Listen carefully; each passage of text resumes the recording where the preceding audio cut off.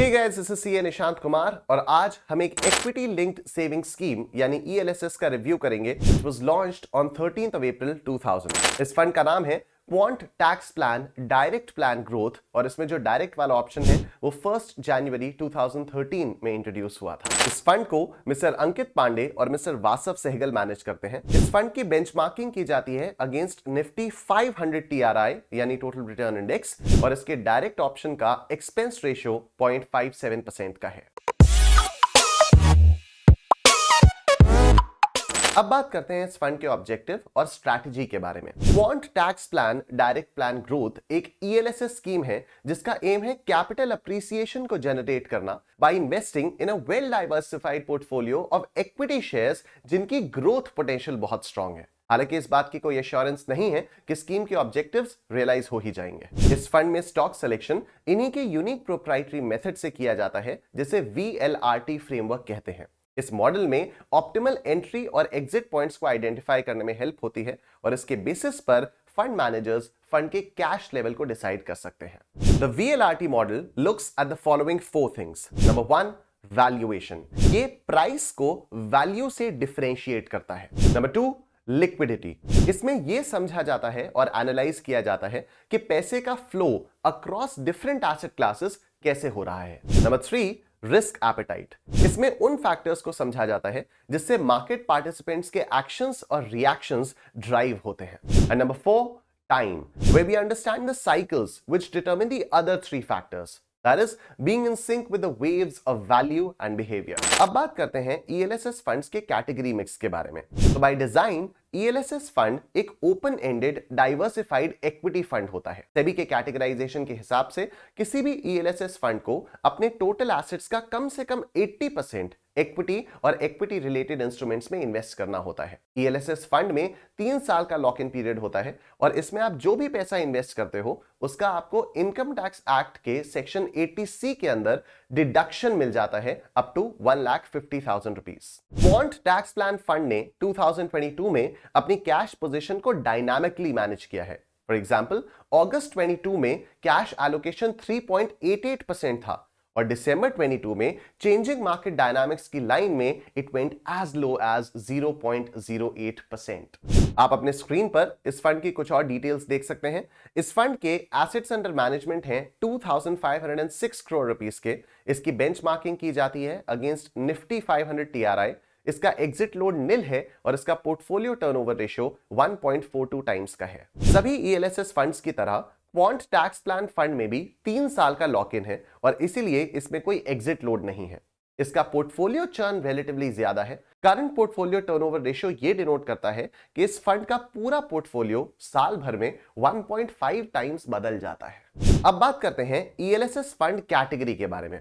तो ELSS funds large cap, mid cap और small cap stocks में इन्वेस्ट करते हैं across market capitalisation, sectors and industries. जो स्टॉक्स मार्केट कैपिटलाइजेशन के बेसिस पर स्टॉक एक्सचेंज में 1 से 100 पोजीशन पर लिस्टेड होते हैं उन्हें लार्ज कैप स्टॉक्स कहा जाता है। जो स्टॉक्स 101st से 250th पोजीशन तक लिस्टेड होते हैं उन्हें मिड कैप स्टॉक्स कहा जाता है और जो स्टॉक्स 250th पोजीशन के बाद होते हैं उन्हें स्मॉल कैप स्टॉक्स कहा जाता है। Now let's talk about the portfolio analysis of this fund. So this fund, Quant Tax Plan, has seen a phenomenal growth over the years. For instance, early January 2020 में इस fund के total assets under management 10.22 crore rupees के थे, लेकिन आज इस fund के assets under management 2,500 crore rupees के आसपास के हैं, which is 250 times growth in the last 3 years। इसका मतलब आइडियली ये है कि इस फंड की AUM में इतनी ह्यूज ग्रोथ इसलिए हुई है क्योंकि इसने एक solid long term performance generate की है।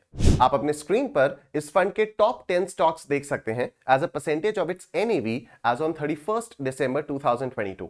क्वांट टैक्स प्लान का पोर्टफोलियो लगभग 50 स्टॉक्स का है जिनमें से top 10 stocks contribute to 56% of the portfolio. इससे यह पता चलता है कि फंड का पोर्टफोलियो काफी कॉन्सेंट्रेटेड है।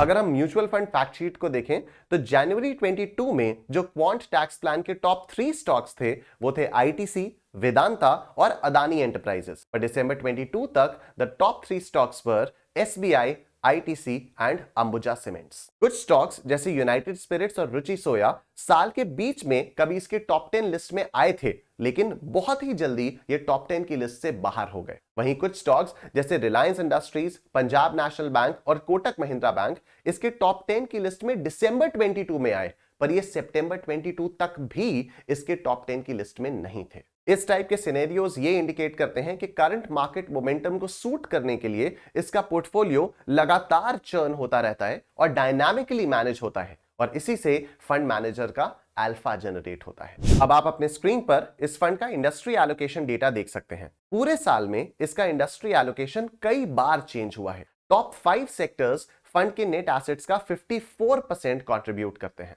इसके अलावा बैंक्स में फंड के एसेट्स का अप्रॉक्सिमेटली 25% एलोकेटेड है, and this accounts for the highest allocation by the fund. पूरे 2022 में फंड का बैंक्स में एलोकेशन हायर साइड पर ही रहा है। जनवरी 2022 में बैंक्स में एलोकेशन 13.11% का था, फिर मई 22 में 16% का एलोकेशन हो गया और करंट एलोकेशन 24.25% का है।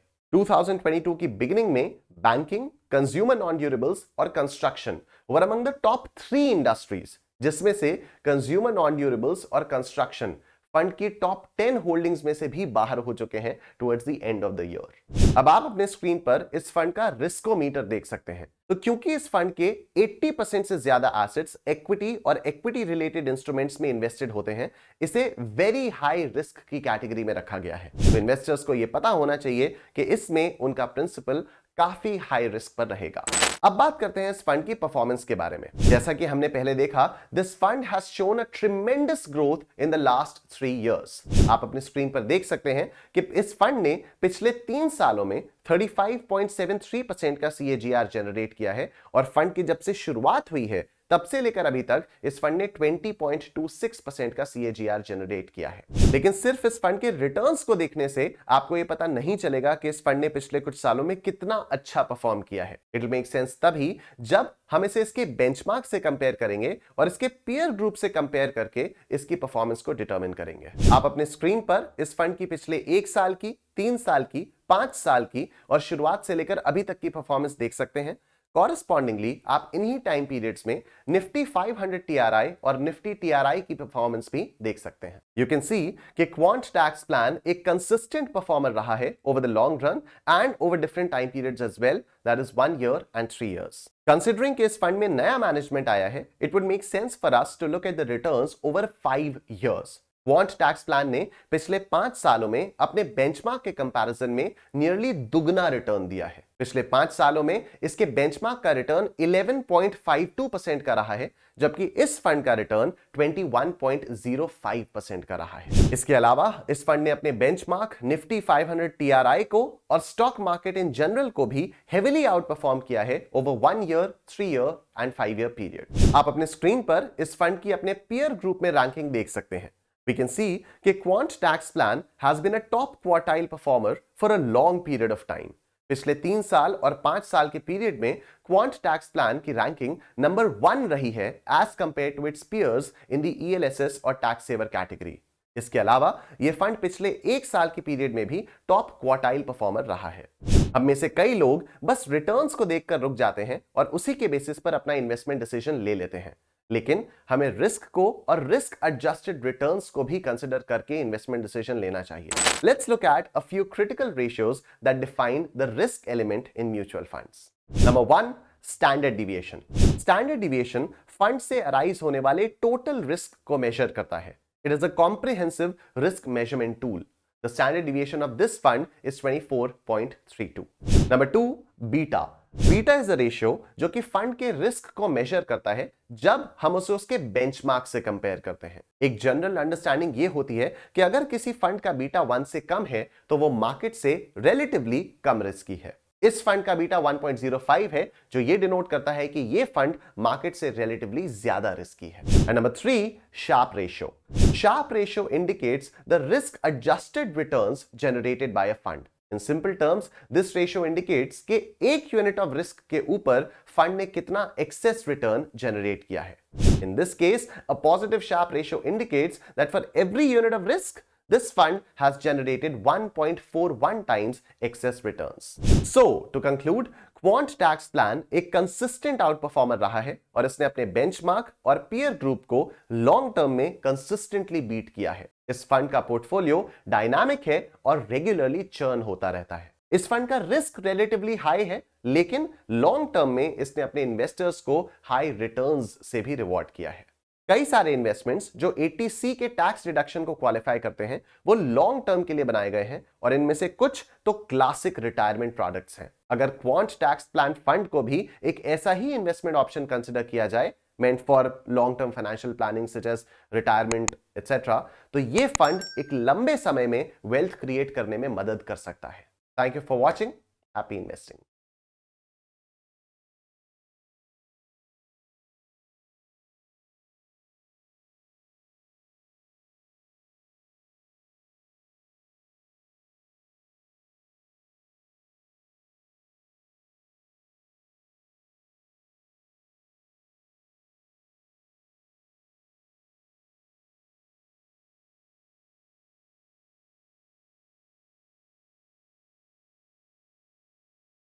Mutual fund investments are subject to market risks. Read all scheme-related documents carefully.